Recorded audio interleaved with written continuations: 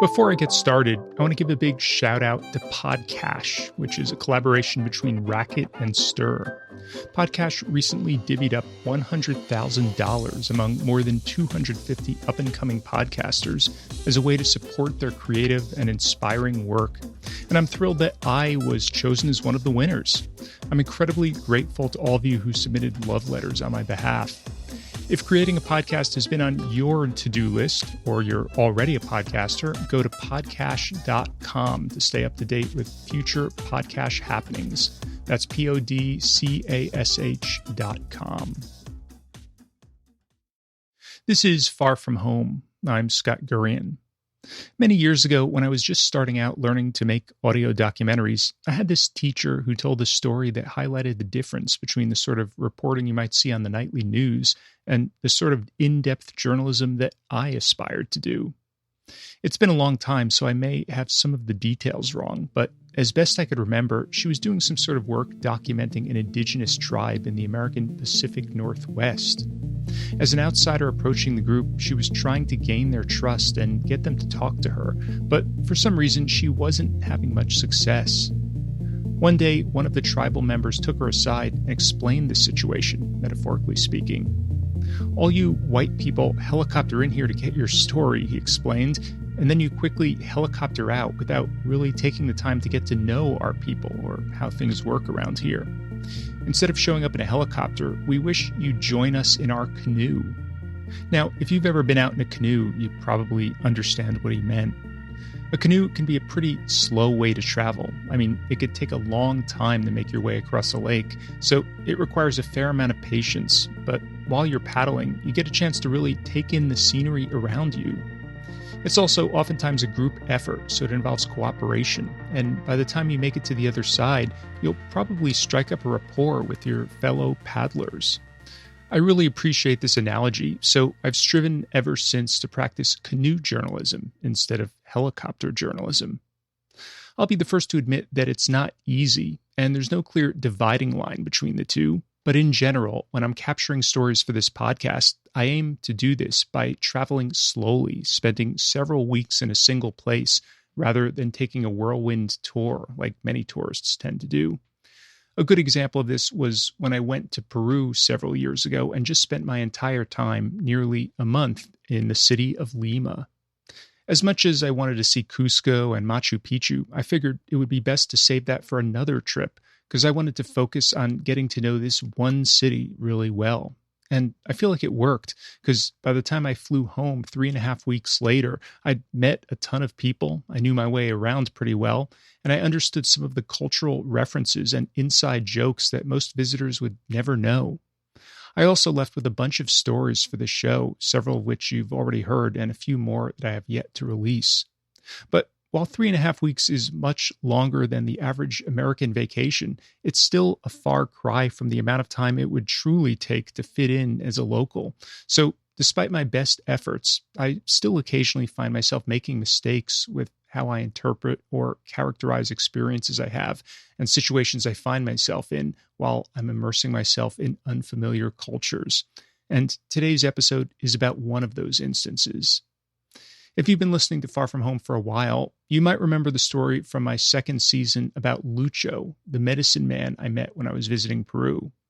I first heard about him from his friend Jeffrey. He uses all kinds of stuff, like little enchantments, like he calls it. It looks like stones, and sometimes they're fossils, and to him they have special powers, and he creates perfumes out of plants, and then will prepare a certain perfume for a certain person, for a certain ailment. He kind of develops a relationship with the different plants to incorporate them in his use of medicine. Jeffrey told me that Lucho specialized in leading healing ceremonies using a popular Amazonian potion called ayahuasca. That's a traditional medicine which is used by medicine men and shamans to cure people. Ayahuasca is a mixture of two plants, basically, which induces a psychedelic effect and provokes visions, and it also has quite a heavy physical effect on your body. Lucho lived in a city at the edge of the jungle, but he took a 19-hour bus trip over the mountains to meet me in Lima. Then I joined him as we traveled up the coast of Peru to look for this star-shaped stone he'd seen in a hallucinogenic vision that supposedly had magical healing powers. If you're a new listener to the show or you missed that episode, I've put a link to it in my show notes. I highly recommend going back to check it out because it's one of my most favorite shows I've ever done. Anyway, a few weeks after that experience, Lucho called to let me know he'd been invited to lead an ayahuasca ceremony in a shanty town on the northern outskirts of Lima, so he asked if I wanted to come. After traveling for about an hour, we arrived in a really poor neighborhood with dusty, unpaved streets and multicolored shacks as far as I could see in all directions. We trudged up a hill, and just as we were getting out of breath, we reached our destination, a small one-story brick house with a corrugated metal roof. There was a chicken out front, scratching and pecking in the dirt. Lucho knocked on the front door, and a young boy answered. I'd originally planned to attend this ceremony just as an observer, simply documenting everything I saw, but once I was there, I cautiously decided to take Lucho up on his offer to consume a small amount of the potion myself to understand what the experience was like for everyone else. After his song ended, Lucho gave the bottle of ayahuasca a final shake and then offered me some. A ver, vamos a empezar, Scott. Solo quiero un poquito. Yeah. Just a little, I reminded him. Okay. He poured out about an ounce of it into his wooden cup. I held it up to my nose. Smells strong. Okay, here we go.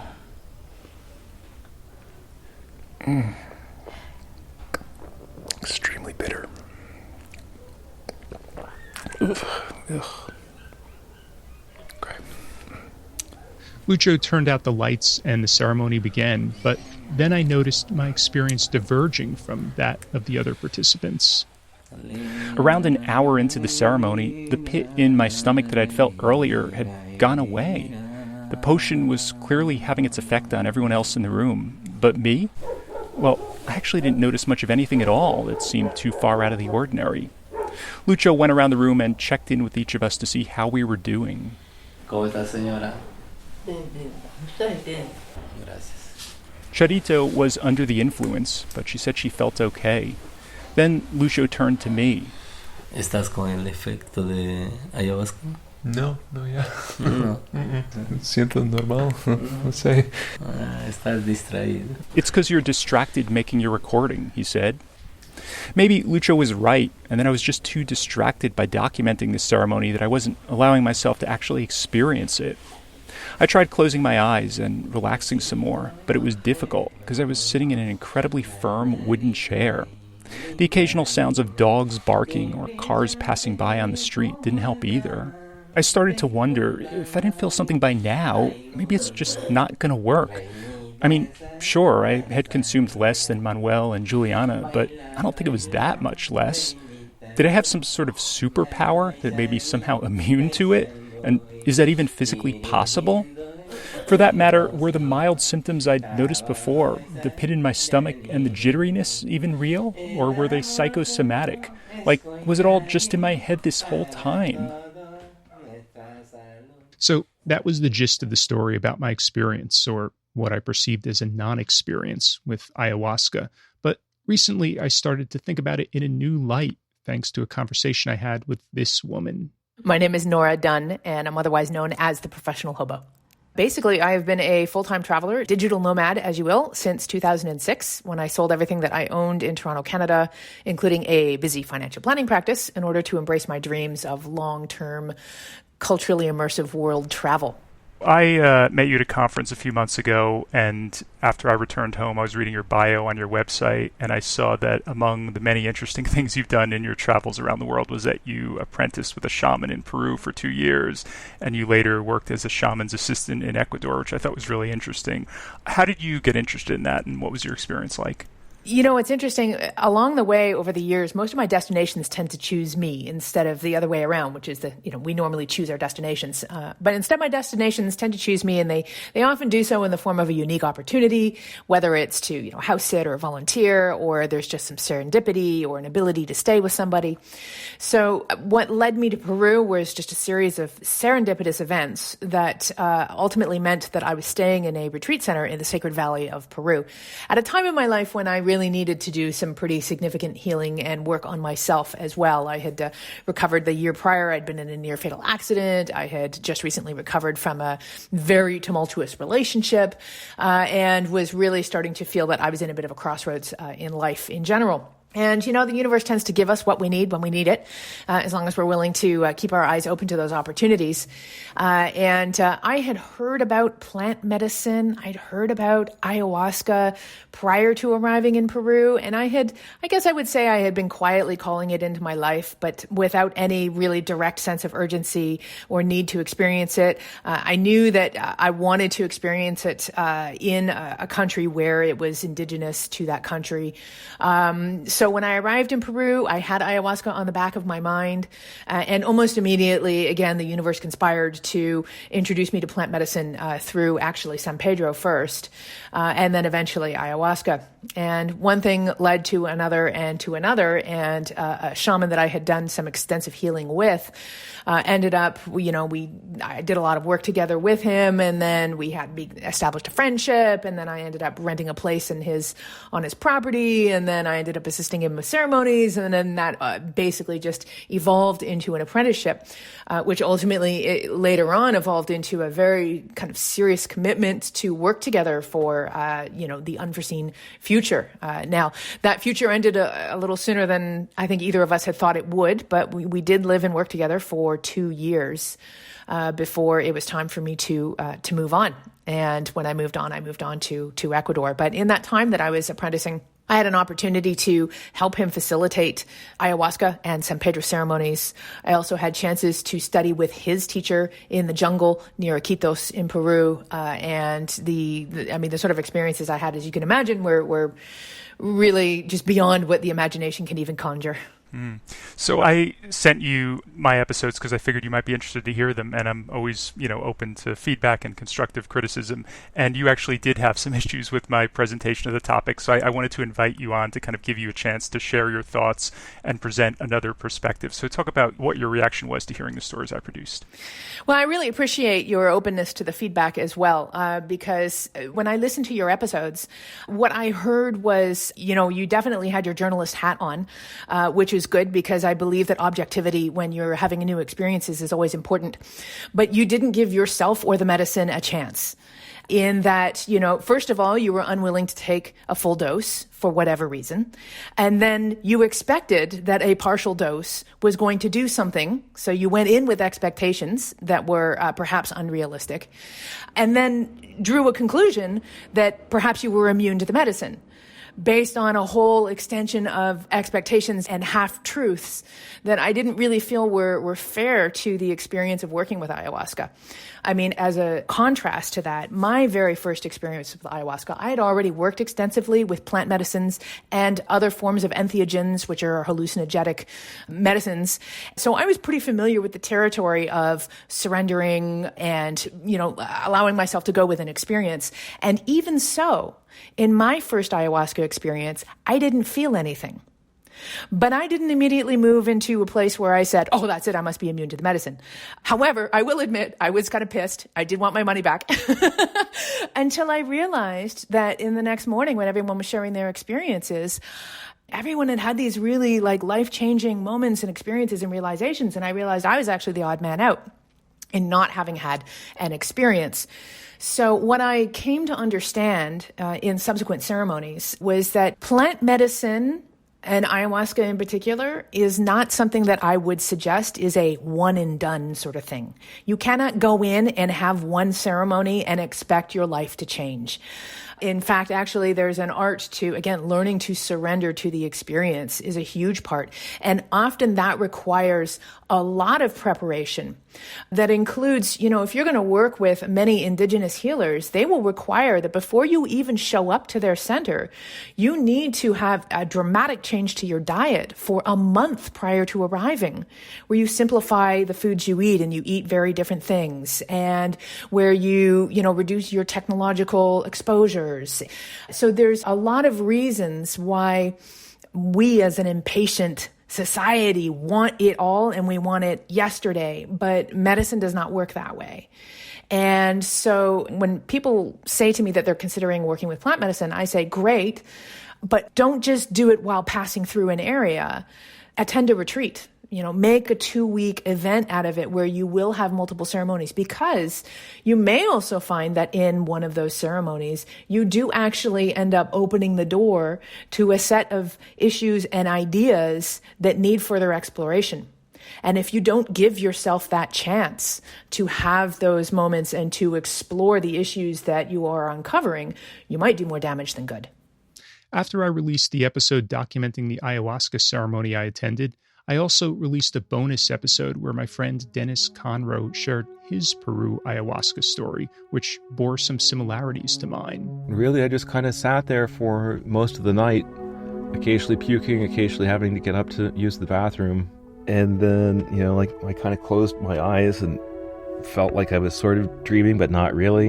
And as far as I could tell, what I was expecting to happen didn't happen. I felt like I didn't see any sort of visions of jungle gods or whatever I thought it was going to be. I didn't see it. Storytelling aside, Nora said she was concerned that presenting another account of someone who felt like the experience didn't live up to their expectations presented a one-sided view and left out the perspective of the many people who do have incredible and even life-changing experiences. She said that both Dennis and I fell into a common trap that people from places like the US and Europe often fall into. When I was studying in the jungle with my teacher's teacher, I had a really interesting experience in that we Westerners tend to bring a lot of psychological baggage to the experience of working with plant medicine that I think a lot of indigenous curanderos are not familiar with. It's just not part of their lexicon. So when I was studying in the jungle, I noticed that there was a man who had come from the States, and he had never worked with plant medicine before. And I watched him struggle through one after another ceremony, and he was unable to get any breakthroughs. He just felt really ill and unpleasant, and eventually he just hit this point where he didn't even know why he was there anymore. He was arriving, he was present to the experience, and he was repeatedly doing these ceremonies but not getting anywhere. So my teacher, who I see as a bridge, because he's got a lot of Western psychological training and training in various modalities of healing that Westerners are more familiar with, as well as, of course, the indigenous side of his work. And so when my teacher stepped in and had some conversations with this man about intention and about how he could approach each ceremony and what he was to think about and what he wanted to accomplish and the specific intention that he would actually ask the medicine. When you take the cup before you drink it, you hold your intention in your mind, and then you have a direction to move in with the ceremony. The trap that a lot of people, if you don't have someone who can help you set these intentions and stay laser focused on what it is that you want to accomplish in a ceremony, I think people think that plant medicine or ayahuasca could be a magic pill, which of course it's not. You're not going to drink it and magically become a better person. And in fact, actually, my teacher used to have a saying that the real work begins when the ceremony ends. Because you might have all the insights in the world and you might have touched the stars and seen the love of whatever, deities you recognize. But until you actually apply the lessons that you learn in ceremony into your daily life, it's all just an esoteric experience. So you think that if Americans or Westerners come to do an ayahuasca ceremony, ideally they should have some kind of person leading it who's familiar with their culture, who could kind of help them bridge that gap and kind of see where they're coming from? In my view, it certainly made a big difference for me, so it certainly can help. I'm not saying that is a universal fix for people, but I do certainly feel that it gives you the ability to work with the medicine in a different way. That said, The medicine does its work in its own way, regardless of what our agendas and expectations and intentions are. And as an example, in that first ceremony that I had where I didn't feel anything, I was, like I said, I'm feeling a little bit righteous. It was like every time the shaman came to me and said, "How are you doing?" I'm like, "I can still do math. I shouldn't be able to do math right now." Like I wanted to be off in the stars somewhere. But the idea was that, perhaps the medicine was working on different energetic sides of my being, such that I didn't need to be having some kind of heady, vision-filled experience in order to experience the cleansing that was happening. And that cleansing can be imperceptible. And that can be a challenge, again, for we Westerners who want to have something that we can sink our teeth into and say, this is exactly what happened and this is what I got from it. And so it is important to allow an experience to be what it will. But the most important thing that I generally say is set and setting. These are the two most important factors to having an experience. And it's important to make sure that the person you are drinking with is somebody that you trust. If you do not have trust, if you are skeptical, if there are fears, it's okay, it's healthy to have fear, but if you don't trust the person who's taking you on the journey, you're not going to go anywhere. So when you went back later on and you did the ceremony again, and when it did kind of have more effects on you, what was different? How did you approach it differently? With the moment itself, I can share what happened in that ceremony. I remember laying there, and again, my teacher had coached me a little bit better into just allowing myself to surrender myself to the medicine. He said, when you lay down, drink the medicine and then lay down like you're, laying down in the business class seat of an airplane, and the plane is going to take you where it's going to take you. You are not driving this plane. And so just, be along for the ride. So I lay down, I relaxed, I breathed into that experience. And then at some point, as I felt the medicine coming on, one of the active ingredients of ayahuasca is DMT, which is a naturally occurring substance in our bodies. DMT is released at birth and at death. It's responsible for that sensation of your life flashing before your eyes. And this can be, what also produces the visions in an ayahuasca experience. So I thought about that experience of, what it is to die and to see your life flashing before your eyes. And I was laying there, I started to feel the medicine coming on, and the question was asked, am I ready to die? Could I do this? And in that moment, I said yes. And it was everything in that moment completely changed, because that was my moment of surrendering to the experience and allowing it to be everything it could or would be. And it was an incredible, life-changing ceremony, to be honest, in a variety of ways. And it certainly showed me the power of ayahuasca and of DMT to be a really healing experience. When you say life-changing, I'm wondering to what extent, if you're able to kind of describe how your life is kind of different after having gone through that experience than it was before. So as examples, and this is, the sort of things that I was able to accomplish through a series of ceremonies include things like being able to redefine my past. So being able to let go of old stories that I used to tell that no longer serve me. So, for example, if something bad happened to me in my childhood, I would hang on to and continue to tell that story into my adulthood. And I was able to examine why I was telling that story. What do I want? Attention or pity? Or was there, is there something that happened early in my life that made me feel unworthy and unlovable, such that it changed my behaviors, such that I operated and interacted with people in a different way? And like I said, told a story of something that had happened to me in my past in a way that was serving a need for me to, whatever it was, get attention or feel loved, whatever it was. So I was able to really examine some of these patterns in my life and really ask myself whether or not those continue to serve me today or whether I was prepared to tell a different story.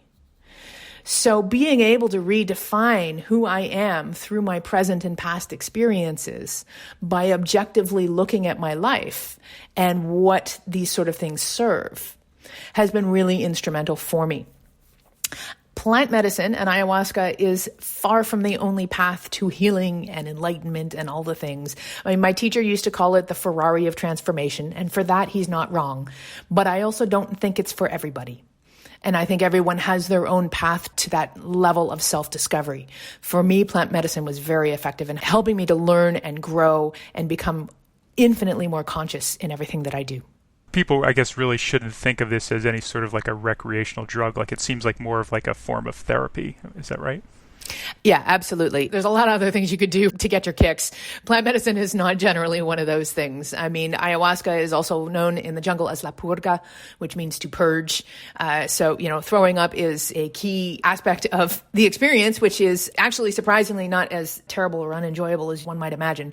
But a curandero will often ask you after a ceremony, not did you have visions and what did you see, but did you throw up? Because that's actually a sign of success, that you have released the energies and that you have surrendered to the medicine and the medicine has worked on you in that way. But yeah, I mean, no one really kind of does that for a good time. So yeah, I would definitely say, out of respect as well to the medicine, ayahuasca is making its way around the world, and that's fantastic. But in terms of environmental sustainability, it's encountering some problems because it takes a minimum of 9 years for an ayahuasca vine to reach maturity where it can be harvested. And it is not being replanted at the rate that it's being cut down and used in ceremonies. And I'm not really happy with some of the ways that it is being used, almost this kind of tribal kumbaya sort of thing, these kind of like psychedelic concerts that I think another form of medicine could be used for that kind of thing. But that is my personal opinion. I do tend to take plant medicine and ayahuasca in particular very seriously. And I really highly recommend anyone else who endeavors to have a ceremony to really respect what it is, where it's from, and, why they're using it. If you want to read more about Nora Dunn's experiences with plant medicine, as well as her other adventures from her past 17 years as a full-time traveler, I encourage you to visit her website at theprofessionalhobo.com or search for her on social media. And if you want to hear the full versions of the stories we discussed on this episode, I've linked to all of them in the show notes, though, as Nora said, you might want to listen to my takeaways with a little grain of salt.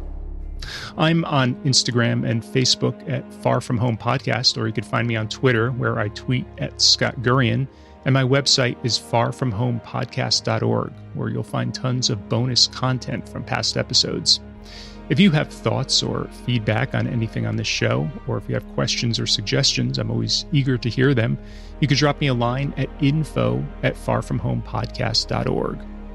Until next time, thanks for listening.